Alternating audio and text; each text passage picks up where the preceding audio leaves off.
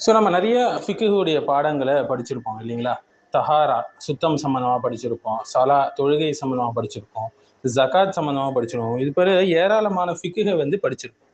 இந்த AI artificial இன்டெலிஜென்ட்டுடைய ஃபிக்குகை என்ன என்பதை நம்ம பலரும் படிக்காம தாங்க யூஸ் பண்றோம்னு சொல்லலாம். இன்னைக்கு ஏஐ வந்து முக்கியமான ஒரு துறையாக இன்னைக்கு இருக்கு இல்லைங்களா? உலகமே இப்ப அதை நோக்கி ஓடிக்கொண்டு இருக்கக்கூடிய விஷயமாக இருக்கு. ஸோ ஏஐ தானாவே அது ஹலாலு, தானாவே அது ஹராம் என்று தீர்ப்பளிக்கப்படுவது வந்து ஒரு தனி பொருள்ல கிடையாது. ஒரேடியா ஒரு ஃபத்வா கொடுக்குறது. ஸோ ஏஐ என்பது ஒரு கருவி. அதனுடைய ஹுக்கும் வந்து அது பயன்படுத்தக்கூடிய நோக்கம், அதனுடைய செயல்பாடு, அதனுடைய விளைவு, அப்புறம் ஷரியத் விதிகளோடு அதன் தொடர்பை பொறுத்து மாறுபடும் அதனுடைய ஹுக்கும், சட்டம்.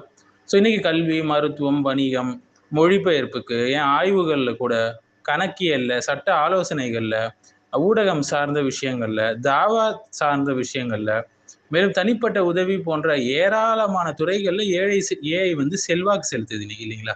சாட்ஜிபிடி தெரியாத ஆள் இன்னைக்கு இருக்க முடியுங்களா? ஸோ எனவே ஏஐ பயன்படுத்தலாமா என்ற கேள்வியை தாண்டி ஏஐயை எந்த நோக்கத்திற்காக பயன்படுத்தணும், எந்த முறையில பயன்படுத்தணும், எந்த வரம்புக்குள்ள வச்சு பயன்படுத்தணும், ஷரியத் ரீதியாக சரியானது என்ன என்பதை நம்ம கண்டிப்பா தெரிஞ்சுக்கொள்ளணும். ஸோ ஏஐ உடைய ஃபிக்குகை பத்தி நம்ம ஒரு முழுமையான அணுகுமுறையை தான் நம்ம பார்க்க போறோம்.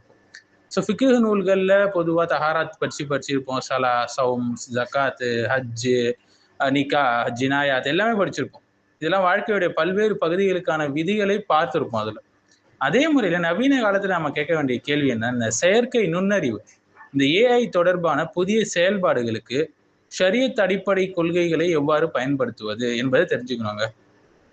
முதல்ல ஏஐனா என்னன்னு தெரிஞ்சுக்கணும். ஏஐ என்பது மனித அறிவுடைய சில செயல்பாடுகளை வந்து, அதாவது இந்த தகவல் பகுப்பாய்வுன்னு சொல்லுவாங்க, மொழி உருவாக்கம் சொல்லுவாங்க, பட உருவாக்கம் சொல்லுவாங்க, குரல் உருவாக்கம் சொல்லுவாங்க, கணிப்பு, முடிவு உதவி, தானியக்கம், இது எல்லாமே வந்து கணினி அமைப்புகள் மூலமாக செய்வது.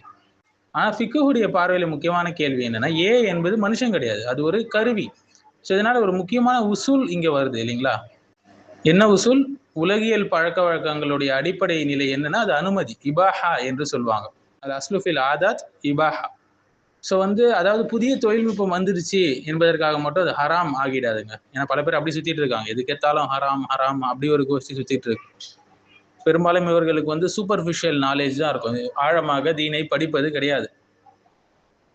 ஆனா அந்த ஏஐல அதனுடைய பயன்பாட்டுல ஹராம் ஒன்று சேர்ந்துச்சுன்னா, கலந்துச்சுன்னா, அதுக்கேற்ற மாதிரி அந்த ஹுக்கும் மாறும். ஏஐக்குன்னு ஒரு தனி ஹுக்கும்லாம் இல்லைங்க. ஒருவர் கேட்குறாரு, சாட் ஜிபிடி பயன்படுத்துவது ஹலாலா ஹராமான்னு கேட்குறாரு. இது ஒரு முழுமையான கேள்வியே ஃபர்ஸ்ட் கிடையாது. சரியான கேள்வி எப்படி கேட்கணும்னா, எதற்காக சாட் ஜிபிடி பயன்படுத்தப்படுது அப்படின்னு தான் கேட்கணும். உதாரணமாக குரானை ஆய்வு செய்யறதுக்கு ஒருத்தர் ஏஐ பயன்படுத்துறாருன்னா, இது அடிப்படையில் அனுமதிக்கப்பட்டது. மருத்துவ தகவலை வந்து ஒரு ஆரம்ப நிலையில புரிந்து கொள்றதுக்கு ஏஐ பயன்படுத்துறாரா, இது வந்து அனுமதிக்கப்பட்டது மார்க்கத்துல. ஆனா மருத்துவருடைய இடத்தை அது ஒருபோதும் பிடிக்காது என்பதும் தெரிஞ்சுக்கணுங்க. ஒரு ஆலிமுடைய இடத்தை ஒருபோதும் அது பிடிக்காது. ஒருவரை வந்து ஏமாற்ற போலி ஆவணம் ஒருத்தவர் உருவாக்குறாரு ஏஐ மூலியமானா, இது நிச்சயமாக ஹராம். தேர்வுல மோசடி செய்ய பயன்படுத்துறாரா, அப்போ அது ஹராம். ஜாவாவுடைய உள்ளடக்கம் கண்டென்ட் தயாரிக்க உதவி பெறாரா, அடிப்படையில அனுமதி. ஆனால் தவறான தகவலை சரிபார்க்காமல் அப்படியே பரப்பக்கூடாது. இதுதான் ஃபிக்குடைய அணுகுமுறைங்க. இன்னும் சில பேர் எப்படி போயிருக்காங்கன்னா, நான் ஏஐ கிட்ட கேட்டு ஃபத்வா வாங்கிட்டேன் அப்படின்னு சொல்லி வாழ்க்கையில அமல்படுத்திட்டு இருக்காங்க. ஏஐ வந்து முஃப்தி கிடையாதுங்க, அதை நம்ம புரிஞ்சுக்கணும். ஏஐக்கு இஜாசா, ஷரியத்துடைய அறிவு, மனிதனுடைய பொறுப்பு, தனிப்பட்ட வாழ்க்கை முழுமையாக அறியக்கூடிய திறன், இதெல்லாம் கிடையாது. சமூக சூழல் காரணிகளை மதிப்பிடக்கூடிய மனித அனுபவம்னா அது கிடையாது. அதுக்கு ஒரு ஆன்மாலாம் கிடையாது. எனவே ஒரு ஏஐ வந்து ஒரு ஃபிக்குடைய உதவியாளராக ஆகலாமே தவிர, அது தானாகவே முஃப்தியாக ஆயிடாது. குறிப்பாக தலாக்கு, திருமணம், வாரிசு, குற்றவியல் விவகாரம், நிதி ஒப்பந்தங்கள், சிக்கலான வணிகம், தனிப்பட்ட ஃபத்வாக்கள் போன்றவற்றில் தகுதியுள்ள அறிஞர்களிடம் ஆலோசனை நிச்சயமாக கேட்கணும். ஸோ இந்த போன்ற விஷயங்கள்ல போய் நேரடியாக கண்மூடித்தனமாக ஏழையில உயர்றது வந்து புத்திசாலித்தனம் கிடையாது. மற்றவருடைய தனிப்பட்ட புகைப்படங்கள், மருத்துவ தகவல்கள், குடும்ப விவரங்கள், வங்கி கணக்குங்க, அதனுடைய விவரம், கடவுச்சொற்கள், தனிப்பட்ட உரையாடல்கள் ஆகியவற்றை அனுமதியின்றி ஏஐக்கு கொடுக்கிறாருன்னா, இங்க அமானத் மற்றும் தனியுரிமை கேள்விகள் வந்துடும் உடனே. ஏன்னா நபி ஸல்லல்லாஹு அலைஹி வஸல்லம் என்ன சொன்னாங்க? உரையாடல் எல்லாமே அமானத் சொன்னாங்க. ஆனா ஏஐ பயன்படுத்தும் போது என்னிடம் தகவல் இருக்குது என்பதற்காக அதை எங்கும் பயன்படுத்த உரிமை இருக்கு என்பது கிடையாது. ஃபார் எக்ஸாம்பிள் ஏஐ வந்து ஒரு நிறுவனத்துடைய பல வேலைகளை சுலபமா செஞ்சு தரும் இல்லைங்களா?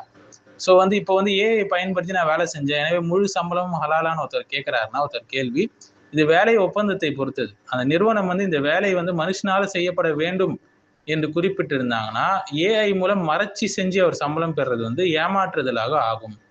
ஆனா ஒரு ஏஐ வந்து ஒரு ப்ரொடக்டிவிட்டி டூலாக பயன்படுத்தலாம் என்று நிறுவனம் அனுமதிச்சிருந்தா அதுக்கு வேற ஹுக்கும். இதுல வந்து ஒப்பந்த நிபந்தனைகளுக்கும் முக்கியத்துவம் உண்டு இல்லைங்களா? ஷுரூத். ஃபார் எக்ஸாம்பிள் ஒரு மாணவர் முழு அசைன்மெண்ட்டை ஏஐ மூலம் உருவாக்கி இது நான் எழுதினது என்று ஆசிரியர்கிட்ட கொடுக்குறாரு. இங்க ஏஐ பயன்பாட்டை விட முக்கியமானது என்னன்னா ஏமாற்றுதல். நபி ஸல்லல்லாஹு அலைஹி வஸல்லம் என்ன சொன்னாங்க? மன் கஷனா ஃபலைஸ மின்னா, எங்களை ஏமாற்றுபவன் எங்களை சேர்ந்தவன் இல்லைன்னு சொன்னாங்க. அதனால ஏஐ அசிஸ்டட் லேர்னிங் வந்து அனுமதிக்கத்தக்கதாக இருக்கலாம். ஆனா ஏஐ அசிஸ்டட் ஒரு சீட்டிங் வந்து ஹராமானது. ஒரு வியாபாரி இருக்கிறாருன்னு வச்சுக்கோங்க. அவருக்கும் வணிகத்துக்கும் என்ன தொடர்புனா ஏஐ மூலியமாக அந்த வியாபாரி ஏஐ மூலியமா விளம்பரம் செய்யறாரு, வாடிக்கையாளர் சேவை செய்யறாரு, சந்தைகளை ஆய்வு செய்யறாரு, கணக்கியல் பார்க்கறாரு, மொழிபெயர்ப்பு செய்யறாரு, தயாரிப்பு விளக்கம் செய்யறாரு. அடிப்படையில இது அனுமதி. ஆனா ஏஐ மூலியமா ஒரு போலி ரிவ்யூஸை உருவாக்குறாருன்னு வச்சுக்கோங்க, போலி வாடிக்கையாளர்களை உருவாக்குறாருன்னு வச்சுக்கோங்க, ஒரு போலி scarcity product claims, deep fake testimonials எல்லாம் செஞ்சாருன்னா இப்பதான் அது பிரச்சனையாவே ஆகுது. கருவி ஹலால் என்ற காரணத்தால் அதன் எல்லா பயன்பாடுகளும் ஹலால் ஆகாது. அடுத்து ஏயும் மகாசிது ஷரியாவும் நீங்க பாத்தீங்கன்னா இங்க இந்த முழு துறையும் கட்டுப்படுத்தக்கூடிய மிக அழகான ஃப்ரேம் ஒர்க் வந்து நமக்கு கிடைக்குதுங்க. ஃபார் எக்ஸாம்பிள் மகாசிது ஷரியால பார்க்கலாம். ஷரியாவுடைய நோக்கங்கள் ஹிப்துத்தீன், மார்க்கத்தை பாதுகாப்பது, ஹிப்துன் நப்ஸ், உயிரை பாதுகாப்பது, ஹிப்துன் நஸ்ல், அறிவை பாதுகாப்பது, ஹிப்துல் மால், அதாவது பொருளாதாரத்தை பாதுகாப்பது, செல்வத்தை பாதுகாப்பது. ஏஐ இந்த அஞ்சுத்தையும் பாதுகாக்கலாம், அதே நேரத்தில் அழிக்கவும் முடியும். உதாரணமா ஏஐ வந்து மருத்துவத்துல பயன்படுத்தப்பட்டால் உயிர் பாதுகாக்கப்படும், குரான் கல்வியில பயன்படுத்தப்பட மார்க்கத்துல நிறைய பலன்கள் கிடைக்கும். சைபர் ஃப்ராட்ல பயன்படுத்தப்பட்டா செல்வமே அழிந்து போயிடும் இல்லைங்களா? டீப் ஃபேக் மூலியமாக குடும்பத்தையே அழித்தால் குடும்ப பாதுகாப்புக்கு எதிரானது இது. ஸோ தவறான தகவல் மூலியமாக ஏஐ வச்சு குழப்பறாருன்னா அறிவு பாதுகாப்புக்கு எதிரானது இது. ஸோ ஏஐ ஃபிக்குடைய மிக முக்கியமான ஃபார்முலா என்னன்னு கேட்டிங்கன்னா, ஏஐ உடைய ஹுக்கும் வந்து ஏஐயால் மட்டும் தீர்மானிக்கப்படாதுங்க. அதன் நோக்கம், அதனுடைய பயன்பாடு, அதனுடைய விளைவு, ஷரியத்துடைய ஆதாரங்கள் மற்றும் அதனால் பெறப்படக்கூடிய இந்த நன்மை தீமை ஆகியவற்றை வச்சுதான் தீர்மானிக்கப்படும். ஏஐ ஏற்கனவே எல்லார் வாழ்க்கையிலும் புந்துச்சு. இப்போ உங்களுடைய கேள்வி வந்து ஏஐ பயன்படுத்தலாமா என்பது கிடையாது. ஏஐ நம் வாழ்க்கைக்குள்ள வந்துவிட்ட நிலையில அதை ஷரியத்தின் கட்டுப்பாட்டுக்குள்ள எப்படி கொண்டு வர்றது என்பதுதான் முக்கியம். ஸோ இதுதாங்க ஏஐ சம்பந்தமாக சுருக்கமான ஒரு ஃபிக்கு.